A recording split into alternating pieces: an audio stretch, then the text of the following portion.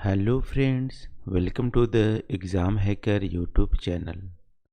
दोस्तों, जैसा कि हम लोग यहाँ पे 66 जो बीपीएससी एग्ज़ाम हुआ था उसके ज्योग्राफी ऑप्शनल के जो क्वेश्चंस हैं उसको हम लोग यहाँ पे सॉल्व कर रहे हैं।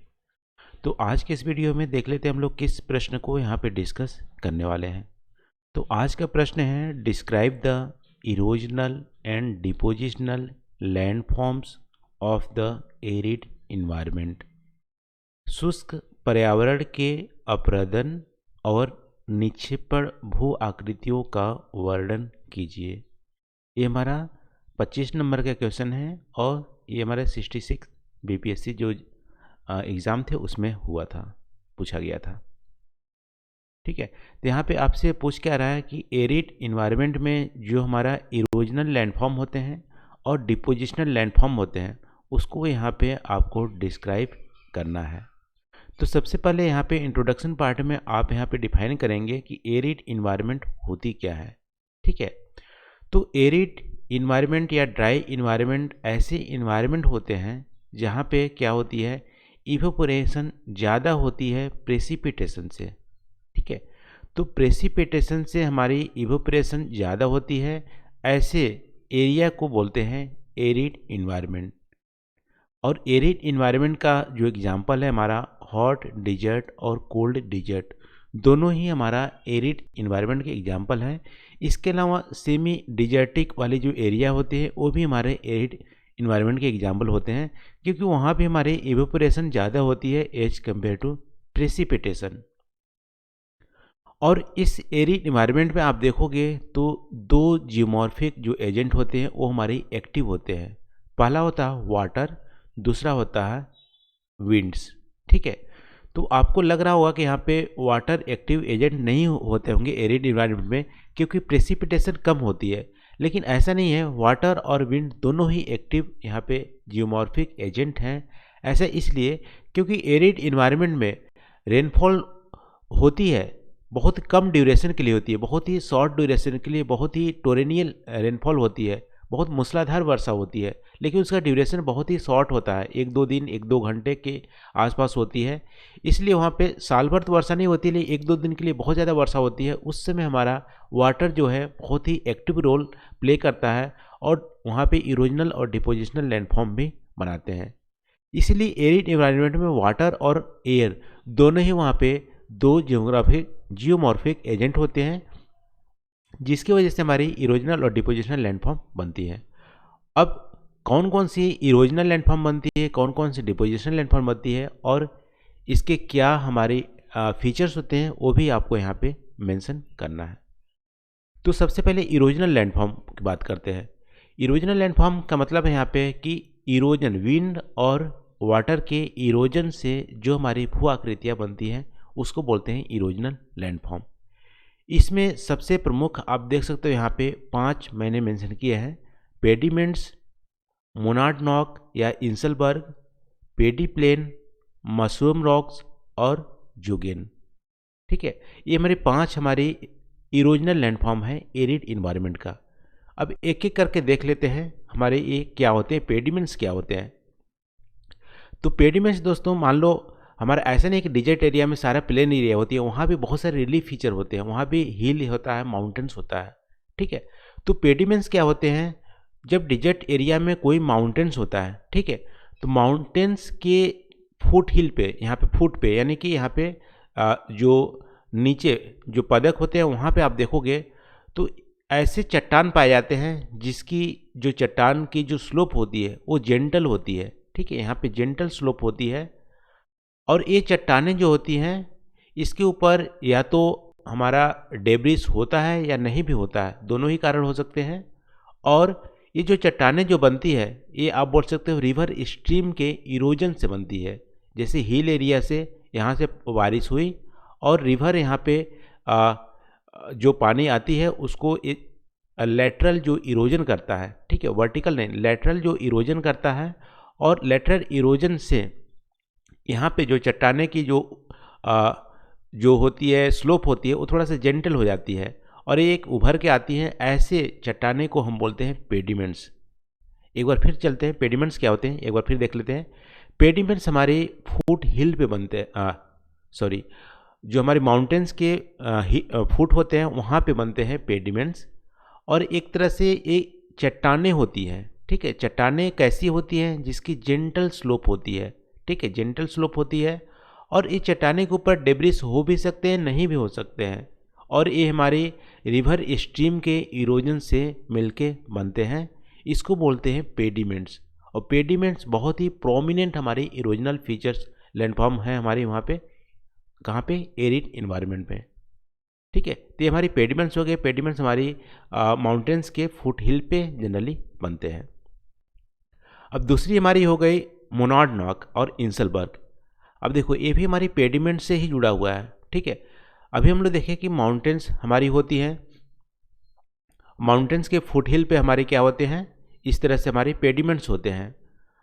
अब ओवर द पीरियड क्या होते हैं कि यहाँ पे जो एरिड इन्वायरमेंट होता है वहाँ पे क्या होती है? बैक रिट्रीटिंग होती है, ठीक है, बैकवाश होती है। बैकवाश का मतलब है यहाँ पे कि मान लो ये हमारी एक तरह से चट्टान है या हिल है, तो बैकवाश का मतलब है कि पैरेलल रिट्रीट होती है। इसकी जो स्लोप होती है वो पीछे हटती है, पीछे हट के कुछ सालों में ऐसी हो जाएंगी, फिर क्या हो, कुछ सालों में ऐसी हो जाएंगी। तो ये हमारी एरिड इन्वायरमेंट है, पैरेलल रिट्रीट होती है, या हमारी बैकवाशिंग होती है। तो देखो इंसलबर्ग कैसे बनते हैं? मान लो एक हिल एरिया थी यहाँ पे, ठीक है, यहाँ पे पेडिमेंट्स हमारे इसके फ्रंट में यहाँ पे पेडिमेंट्स बने हुए थे। अब ओवर द पीरियड क्या होती है? पेडिमेंट्स हमारी बैक रिट्रीट होती है, पैरेलल रिट्रीट होती है, तो धीमे धीमे पेडिमेंट्स ये गायब होते रहते हैं। इसके साथ साथ यहाँ पे जो हिल की जो स्लोप होती है उसमें भी पैरेलल रिट्रीट होती है, बैकवाशिंग होती है, तो ये भी हमारी ये धीमे धीमे गायब हो जाते हैं। और ओवर द पीरियड क्या होती है? हिल का जो सबसे कठोर भाग होती है, ठीक है, हार्ड जो रॉक होती है वही हमारे यहाँ पे शेष रह जाते हैं, ठीक है। तो लास्ट में आपको इस तरह से आकृति देखने मिलेगी, एक उभरा हुआ एक हार्ड रॉक हमारी सिर्फ रिमेन रहेंगे हिल्स के, तो इसको बोलते हैं इंसलबर्ग या मोनार्ड रॉक, ठीक है। तो एक रिमेनिंग हिल रॉक हमारी होती है उसको बोलते हैं मोनार्ड रॉक या इंसलबर्ग। तो दूसरी हमारी ये भी हमारी इरोजनल लैंडफॉर्म है, कहाँ की? एरिड एनवायरनमेंट की। अब तीसरी हमारी पेडी प्लेन। तो पेडी प्लेन भी हमारी इरोजनल, देखो प्लेन एरिया है इसका मतलब ये नहीं है कि डिपोजिशनल लैंडफॉर्म है, हमारी इरोजनल लैंडफॉर्म है। अब देखो पेडिमेंट्स धीमे धीमे बैक ट्रीट होके और हिल हमारी पैरेलल रिट्रीट करके हमारी इंसलबर्ग बने थे। लेकिन मान लो ओवर द पीरियड हमारी ऐसे इंसलबर्ग हमारे एरिड इन्वायरमेंट बन गए थे, लेकिन इसके बाद भी इंसलबर्ग क्या होते हैं? धीमे धीमे ये भी पैरेलल रिट्रीट करके ये क्या होते हैं? पूरी तरह से ख़त्म हो जाते हैं। अब ख़त्म हो जाने पर यहाँ पे जो हार्ड जो हमारी सरफेस रॉक हमारी सिर्फ बन जाती है, एक फीचरलेस एक प्लेन का निर्माण करती है, ठीक है। यहाँ पे रिलीफ फीचर नहीं होते हैं, पेडी प्लेन में रिलीफ फीचर नहीं होती है, एक फीचरलेस प्लेन यानी कि इंसलबर्ग पेडिमेंट सब गायब हो जाते हैं और एक हार्ड सरफेस रॉक जो बनाते हैं उसको बोलते हैं पेडी प्लेन। फीचरलेस जो प्लेन का निर्माण होती है उसको बोलते हैं पेडी प्लेन। ये भी हमारी एक एरिड इन्वायरमेंट की हमारे क्या है? इरोजनल लैंडफॉर्म है। फिर देखो मशरूम रॉक। अब एरिड इन्वायरमेंट में कुछ ऐसे रॉक मिलते हैं, ठीक है, मान लो ये हमारी एक रॉक थी, एक ऐसे रॉक मिलते हैं जो कि विंड की इरोजन से क्या होती है? इस रॉक के क्या फीचर्स होती है कि अपर जो पार्ट होते हैं वो ज़्यादा हार्डर होते हैं, लोअर पार्ट थोड़ा सा कम हमारी हार्डर होती है, ठीक है, सॉफ्टवेयर होती है। तो विंड्स क्या होती है? विंड्स इन रॉकों को लोअर पार्ट में ज़्यादा इरोड करती है और अपर पार्ट में कम इरोड करती है।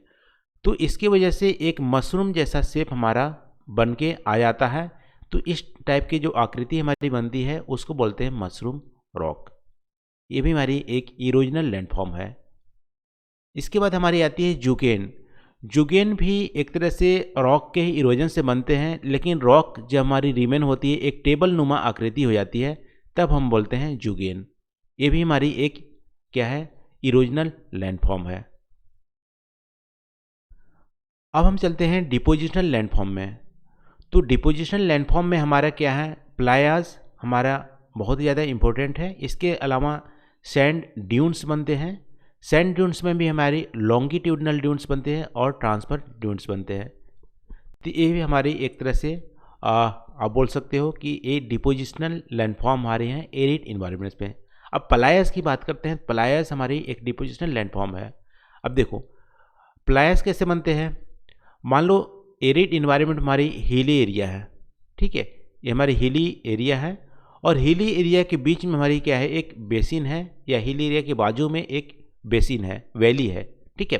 तो वैली में क्या होते हैं, जब हमारी रेनफॉल होती है तो सेडिमेंट जो होते हैं ये हमारी हिल के टॉप से लाके ये बेसिन में जमा कर देते हैं, ठीक है। चारों तरफ से यहाँ पे बेसिन में जो सेडिमेंट्स हैं जमा हो गए, और जमा होने के बाद जो वैली होती है एक तरह से प्लेन हो जाती है, एक लेवल तक आ जाती है। तो इस जो वैलीज को हम बोलते हैं प्लायास, ठीक है।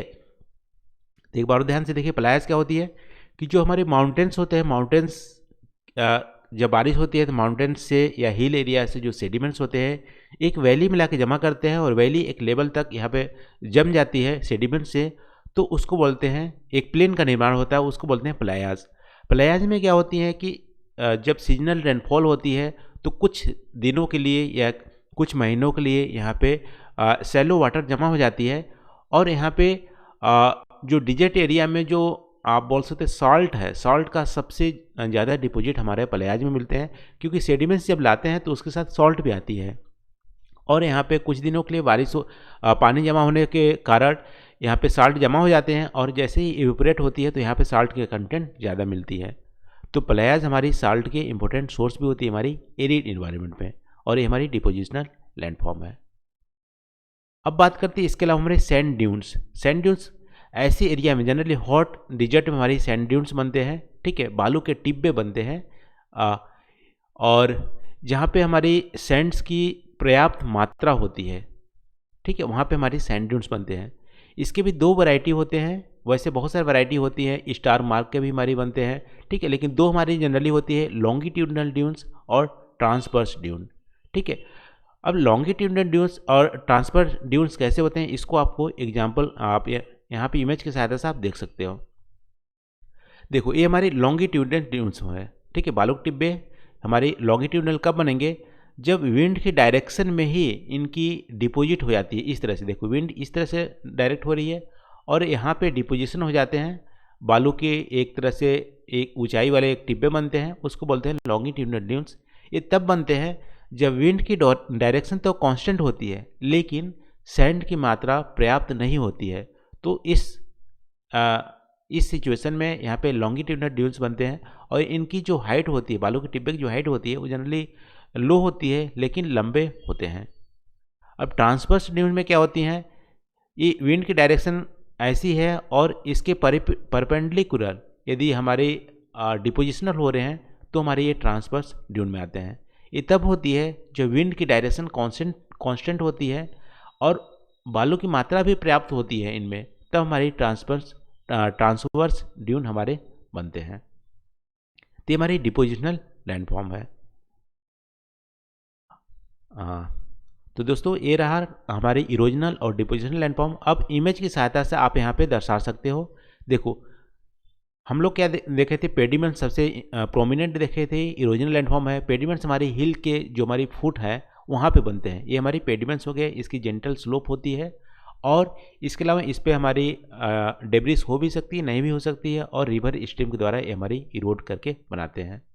इंसलबर्ग हमारी क्या होती है, हिल का जो रिमेनिंग पार्ट होता है, ठीक है, जो कठोर भाग होता है वो हमारी एक तरह से उठा हुआ जो हिल होता है उसको बोलते हैं इंसलबर्ग।